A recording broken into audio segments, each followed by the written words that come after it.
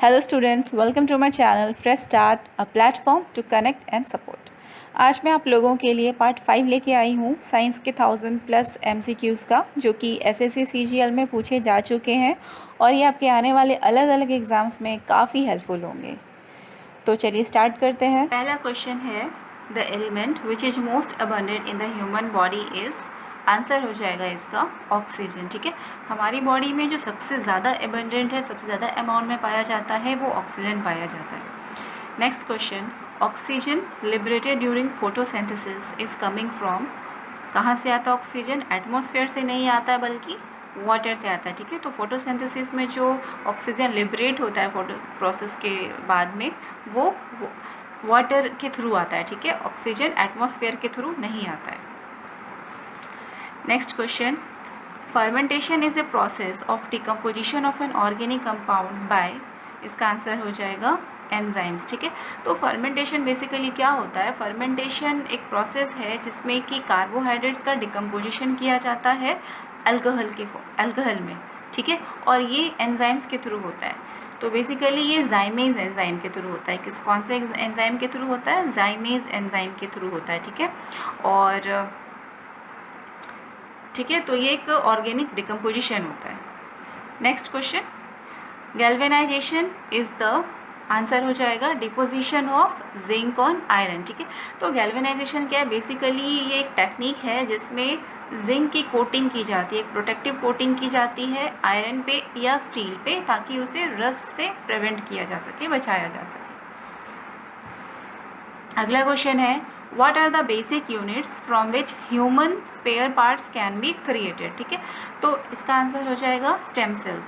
Stem cells क्या है? Stem cells ऐसे सेल्स हैं जो हमारी बॉडी में पाए जाते हैं और वो डिफ्रेंशिएट हो सकते हैं कुछ डिफरेंट स्पेशलाइज सेल्स में। ठीक है, जैसे कि लीवर सेल्स में।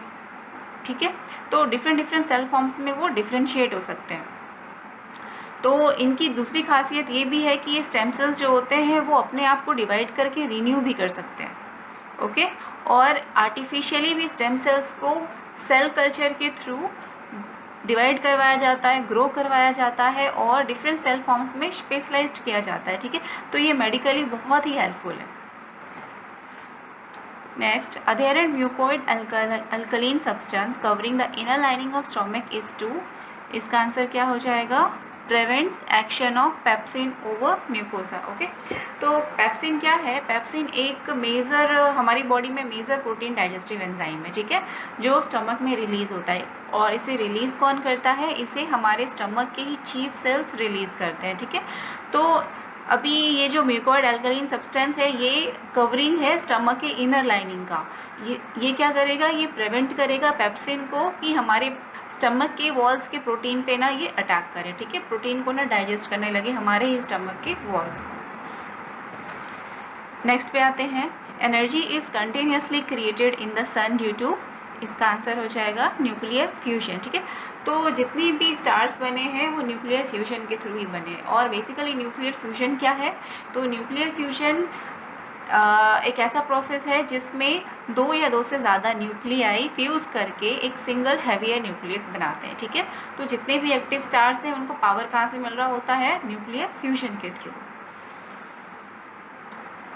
Okay, the area of the human tongue sensitive to bitterness is restricted to, किस पे रिस्ट्रिक्टेड होगा? ये पोस्टीरियर पार्ट पे। ओके, तो जो हमारा टंग होता है, अगर मैं टंग का स्ट्रक्चर ड्रॉ करूँ, रफ स्ट्रक्चर, तो अगर ये इसका पोस्टीरियर पार्ट है, ये इंटीरियर पार्ट है, तो कहाँ कहाँ पे इनके टेस्ट बड्स होंगे? तो बिटरनेस का जो एरिया होता है वो पोस्टीरियरली होता है। ठीक है, बिटरनेस का पोस्टीरियरली हो जाएगा। जो सॉर, खट्टे का जो होता है वो कहाँ होता है? पोस्टेरोलेटरली, पोस्टीरोलेटरल वाला हिस्सा खट्टे के लिए हो जाएगा। ठीक है, जो इसका एंटेरोलेटरल पोर्शन होगा वो किसके लिए हो जाएगा? ये सॉल्ट के लिए हो जाता है, सॉल्टी। और ये जो एंटीरियर टिप है वो होगा स्वीट के लिए। ठीक है, तो ये स्वीट के लिए हो जाता है, ये सॉल्ट के लिए होगा, और ये सॉर के लिए, और ये बिटरनेस के लिए। ठीक है, ओके, ठीक है। Fermentation of milk to curd is due to, fermentation जो होता है मिल्क का कर्ड में, किसके कारण होता है? ये होता है लैक्टोबैसिलस के कारण। ओके, तो अभी हमने जो डिस्कस किया था फर्मेंटेशन क्या है? जिसमें कार्बोहाइड्रेट का डिकम्पोजिशन किया जाता है, ओके, एंजाइम के थ्रू। ओके, तो ऐसे ही मिल्क में भी फर्मेंटेशन होता है। मिल्क में कौन से कार्बोहाइड्रेट का होगा? डाइसेक्राइड कार्बोहाइड्रेट होता है एक, जिसे हम लैक्टोज कहते हैं। लैक्टोज का डिकम्पोजिशन किया जाता है। कौन करता है? लैक्टोबैसिलस करता है। कब होगा? जब मिल्क को हम 30 to 40 डिग्री सेल्सियस पर हीट करेंगे और उसमें कोई पुरानी दही, पुराना ओल्ड कर्ड अगर हम डालते हैं उसमें जमाने के लिए उसे, तो उसमें लैक्टोबैसिलस बैक्टीरिया उतने टेम्परेचर पे एक्टिवेट हो जाएगा और वो लैक्टोज कार्बोहाइड्रेट को लैक्टिक एसिड में कन्वर्ट करने लगेगा। ठीक है, इस तरह से दही बनती है। तो उसमें लैक्टिक एसिड के कारण दही का जो टेस्ट होता है थोड़ा खट्टा होता है। Next, amniocentesis is a method of determination of, क्या है, किस लिए यूज़ करते हैं एमनियोसेंटेसिस को हम? तो एमनियोसेंटेसिस को हम यूज़ करते हैं फॉर फीटल हेल्थ कंडीशंस को जानने के लिए। ओके, तो एमनियोसेंटेसिस में क्या होता है कि सिरिंज के थ्रू फ्लूइड को एक्सट्रैक्ट किया जाता है मदर के वुम्ब से, तो उसमें भी एमनियोटिक सैक होता है, उसमें से निकाला जाता है। ठीक है, एस्पिरेट किया जाता है। फिर उस फ्लूइड का टेस्ट किया जाता है, उसमें कोई क्रोमोसोमल एबनॉर्मैलिटी तो नहीं है, मतलब बच्चे की हेल्थ की कंडीशन को देखने के लिए एमनियोसेंटेसिस हम करते हैं। ठीक है, okay. By which organic compound all cells are known? ठीक है, तो ऑयल्स आर नोन। ठीक है, कौन से ऑर्गेनिक कंपाउंड से ये सारे ऑयल्स जाने जाते हैं? तो इसका आंसर हो जाएगा हाइड्रोकार्बन। ठीक है, तो हाइड्रोकार्बन क्या है? हाइड्रोकार्बन बेसिकली ऑर्गेनिक कंपाउंड है जिसमें कि कार्बन और हाइड्रोजन पाया जाता है। ठीक है, okay. When two cubes of ice are pressed on each other, what is the cause of their being one? ठीक है, तो इसका आंसर हो जाएगा हाइड्रोजन बॉन्ड फॉर्मेशन। ओके, तो हाइड्रोजन बॉन्ड फॉर्मेशन के कारण वो चिपक जाते हैं। Next, Coolidge tube is used to produce, Coolidge tube को क्या प्रोड्यूस करने के लिए यूज़ किया जाता है? एक्सरेज। ठीक है, तो कूलिस ट्यूब क्या है? कूलिस ट्यूब एक वैक्यूम ट्यूब होता है, ठीक है, जो कि हमारी जो इलेक्ट्रिकल इनपुट पावर को एक्सरेज में कन्वर्ट कर देता है। तो आंसर हो जाएगा X-rays. Which of following is use for regulated electric supply? Regulated electric supply यहाँ पे लिखा हुआ है, तो रेगुलेटेड इलेक्ट्रिक सप्लाई के लिए जेनर डायोड यूज़ किया जाता है। ओके, इसमें क्या होता है, जब आप रिवर्स वोल्टेज अप्लाई करोगे जेनर डायोड को तो कांस्टेंट वोल्टेज होगा। जेनर डायोड क्या करेगा? कांस्टेंट वोल्टेज एमिट करेगा for a wide range of current. ठीक है ना, मतलब एक वाइड रेंज ऑफ करंट के लिए कांस्टेंट वोल्टेज एमिट करेगा। ठीक है, विच of following blood cells is compulsory for blood coagulation? कौन से? प्लेटलेट्स। ठीक है, तो प्लेटलेट्स जो हैं वो ब्लड कोआगुलेशन में हेल्पफुल होते हैं। अगर आपकी ब्लड वेसल की वॉल का डैमेज होता है, ठीक है, तो वहाँ पे क्या होता है, उस डैमेज को रिपेयर करने के लिए वहाँ पे प्लेटलेट्स और फाइब्रिन जा कर के चिपक जाते हैं। ठीक है, और फिर वहाँ पे रिपेयर प्रोसेस स्टार्ट कर देते हैं। Okay, which was the first antibiotic? कौन सा पहला एंटीबायोटिक रहा है? वो है पेनिसिलिन। ठीक है, ओके। वायरस कंटेन्स, वायरस में क्या होता है? Nucleic acid and protein. Okay, तो न्यूक्लिक एसिड वायरस में दो तरह के हो सकते हैं, या तो डीएनए या तो आरएनए। ओके, और जो प्रोटीन है वो क्या करता है? वो एक कवरिंग या प्रोटेक्टिव लेयर का काम करता है विच सराउंड से न्यूक्लिक एसिड। ठीक है, तो न्यूक्लिक एसिड को वो कवर करता है। Who developed the concept of email? ठीक है, तो ईमेल के कॉन्सेप्ट को किसने डेवलप किया था? इसका क्या आंसर हो जाएगा? Arthur C Clarke. ओके, चलिए नेक्स्ट क्वेश्चन। ठीक है, who developed atom bomb? Atom bomb को किसने डेवलप किया था? एटम बॉम्ब को डेवलप किया था जे रॉबर्ट ओपेनहाइमर ने। ओके, ये आप याद रखेंगे, J Robert Oppenheimer. What is the criteria for determination of sex of a child before birth? क्या क्राइटेरिया? स्पर्म्स और फादर? नहीं, स्पर्म्स और फादर अगर आप देखोगे तो मदर के ओवम को भी देखना पड़ेगा सेक्स के डिटर्मिनेशन के लिए। तो इसका आंसर क्या हो जाएगा? Foetus of mother. ठीक है, तो मदर की फीटस से एमनियोसेंटेसिस प्रोसेस के थ्रू सेक्स को डिटरमाइन कर सकते हैं बच्चे का।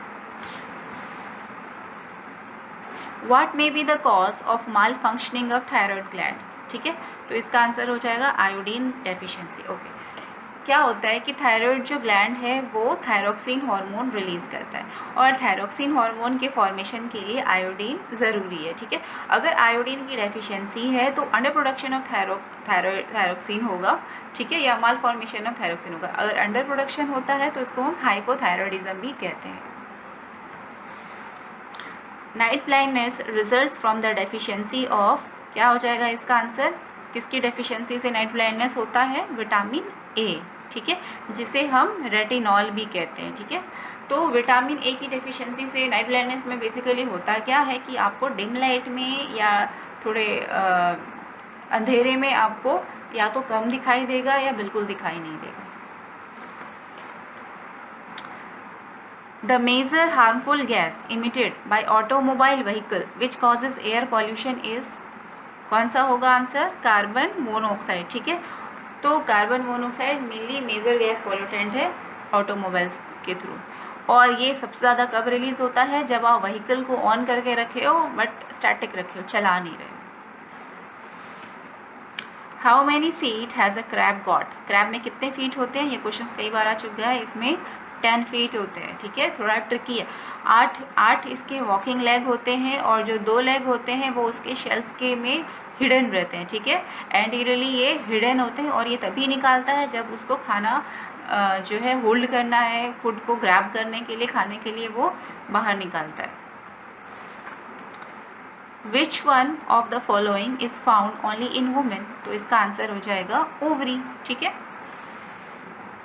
Gamma rays can cause, gamma rays क्या कर सकते हैं, जीन म्यूटेशन कर सकते हैं, ठीक है। तो डीएनए में एक जीनोमिक सीक्वेंस होता है, एक अरेंजमेंट होता है, उसको गामा रेज क्या करता है, चेंज कर देता है, अल्टर कर देता है, जिसे हम जीन म्यूटेशन भी कहते हैं। विच ऑफ फॉलोइंग, ठीक है, is not a function of kidney, kidney का फंक्शन क्या नहीं है, तो रेगुलेशन ऑफ ब्लड पीएच है, removal of metabolic waste from the body भी है, प्रोडक्शन ऑफ एंटीबॉडीज़ नहीं है, ठीक है, regulation of osmotic pressure of the blood भी है, ये वाटर और सॉल्ट के बैलेंस के थ्रू ऑस्मोटिक रेगुलेशन करता है, तो ये एंटीबॉडीज़ प्रोडक्शन नहीं करता है।